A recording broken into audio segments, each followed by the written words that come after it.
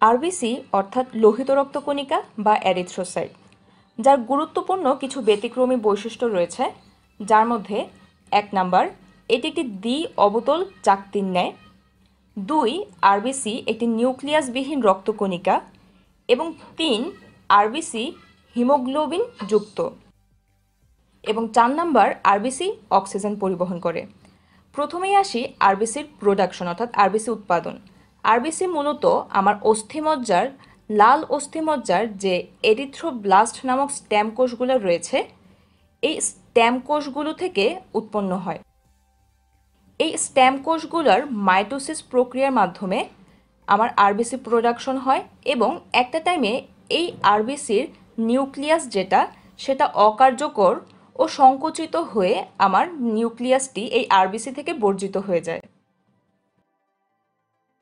এই যে নিউক্লিয়াসটি বর্জিত হলো, এই প্রসেসটির নাম হচ্ছে এক্সোসাইটোসিস। কোনো একটি কোষের প্লাজমা ঝিল্লি থেকে কোনো একটি কোষ অঙ্গাণু বের হয়ে যাওয়ার প্রসেসটির নামই হচ্ছে এক্সোসাইটোসিস। এখানে আরবিসি প্রোডাকশনের টাইমে এখানে দেখা যায় যে হিমোগ্লোবিনও সংশ্লেষিত হয়। সো আমার হিমোগ্লোবিনযুক্ত আরবিসি প্রোডাকশন হয়ে গেল। এই যে প্রোডাকশন শেষে দেখা যায় আরবিসি থেকে বিভিন্ন কোষীয় অঙ্গাণুগুলো বর্জিত হয়, যার কারণে আমার আরবিসির আকৃতি অবতলের মতো হয়ে যায়।